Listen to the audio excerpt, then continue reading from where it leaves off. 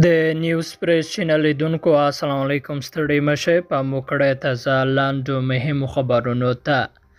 مجاهد وایي هغه کس نیول شوی چې د پاکستان پر سفارت یې ډزې کړې وې. طالب چارواکي وایي هغه کس نیولی چې د تېرې جمعې په ورځ په کابل کې د پاکستان په سفارت ډزې کړې وې.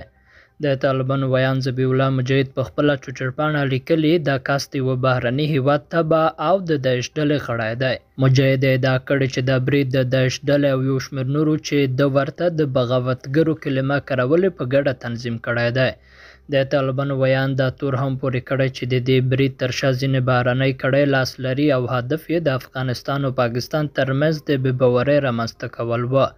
د جمعې په ورځ په کابل کې د پاکستان په سفارت په ډزو کې شرسفیر عبید الرحمن نظامني روغ و، خو یو ساتونکی ټپي شو. د برید مسؤلیت داعش منلی و.